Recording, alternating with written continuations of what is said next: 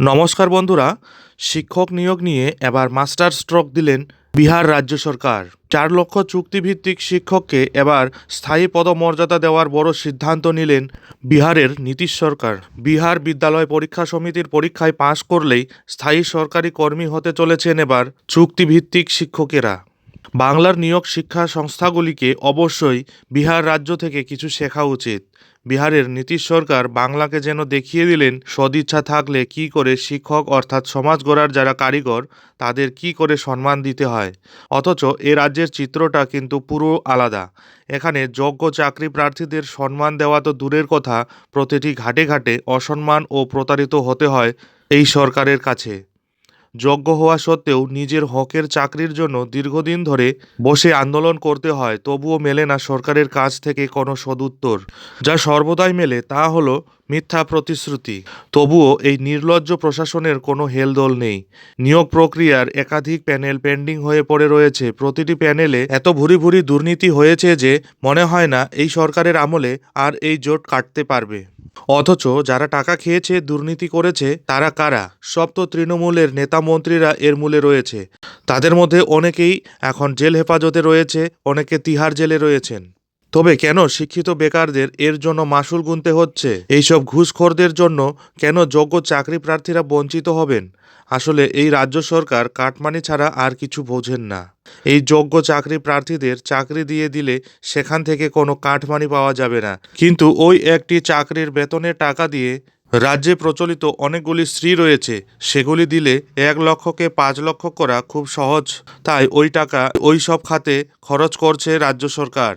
এই বিষয়ে পশ্চিমবঙ্গের পেটা টিচাররা কি বলছেন শুনুন। আমাদের পশ্চিমবঙ্গ সরকার দীর্ঘ 20 বছর ধরে পার্শ্ব শিক্ষকদেরকে দিয়ে স্কুলের যাবতীয় কাজ, জুতো সেলাই থেকে চণ্ডীপাঠ সমস্ত কিছু কাজ করিয়ে নেওয়ার পরেও এখনো পর্যন্ত 9,000 আর 12,000 টাকার বেশি বেতন এখনো পর্যন্ত দিতে পারেনি।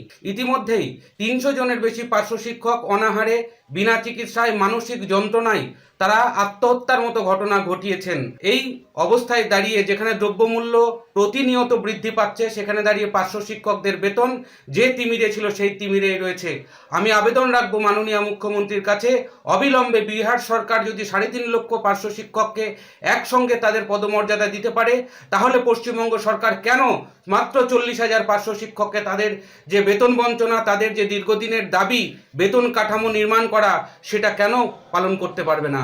সত্যিই তো, বিহার সরকার যেখানে 4 লক্ষ চুক্তিভিত্তিক কর্মচারীদের স্থায়ীকরণের সিদ্ধান্ত নিতে পারেন, সেখানে দাঁড়িয়ে পশ্চিমবঙ্গ সরকার কেন তার মাত্র 40,000 পার্শ্ব শিক্ষকদের যে বঞ্চনা, বেতন কাঠামোর যে দীর্ঘদিনের দাবি, তা কেন পূরণ করতে পারবেন না?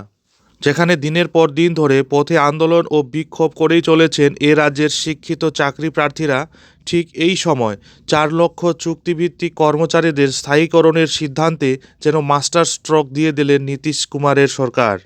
বন্ধুরা, আপনারা ভাবুন তো, এ রাজ্যে যারা যোগ্য হওয়া সত্ত্বেও সরকারের প্রভাবশালী নেতাদের ঘুষ খাওয়ার কারণে চাকরি থেকে আজ বঞ্চিত, তারা পথে আন্দোলনে নামলে প্রশাসন তাদের চ্যাংদোলা করে কয়েদিদের মতো আচরণ করে তুলে নিয়ে যায়।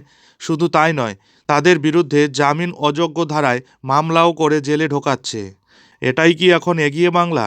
আর এদিকে নীতিশ কুমার বলছেন এতদিন ধরে চুক্তিভিত্তিকভাবে রাজ্যের সেবা করেছেন, তাই এবার তাদের স্থায়ীকরণ করা হচ্ছে। তাছাড়া প্রত্যেক রাজ্য সরকারের দায়িত্ব হচ্ছে শিক্ষার প্রসার ঘটানো এবং শিক্ষা রাজ্যের সেই প্রান্ত সীমানা অবধি পৌঁছে দেওয়া, যাতে সাধারণ ঘরের ছেলে মেয়েরা লেখাপড়া করতে পারে, পিছিয়ে পড়া মানুষদের মধ্যে জ্ঞানের আলো পৌঁছে দেওয়া যেতে পারে, তার ব্যবস্থা করা।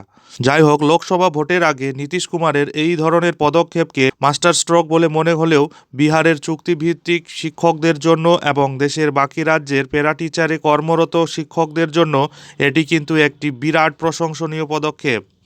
নীতিশ কুমারের এই ধরনের পদক্ষেপকে আপনারা কিভাবে দেখছেন অবশ্যই কমেন্ট বক্সে কমেন্ট করে জানাতে ভুলবেন না। যাই হোক বন্ধুরা, এই ভিডিওটি এখন এখানেই শেষ করছি। ভিডিওটি ভালো লাগলে ভিডিওতে অতি অবশ্যই একটি লাইক দেবেন এবং আমাদের এই ছোট্ট ইউটিউব চ্যানেলটিকে সাবস্ক্রাইব করে বেল আইকনটি বাজিয়ে অল নোটিফিকেশন অন করে দেবেন।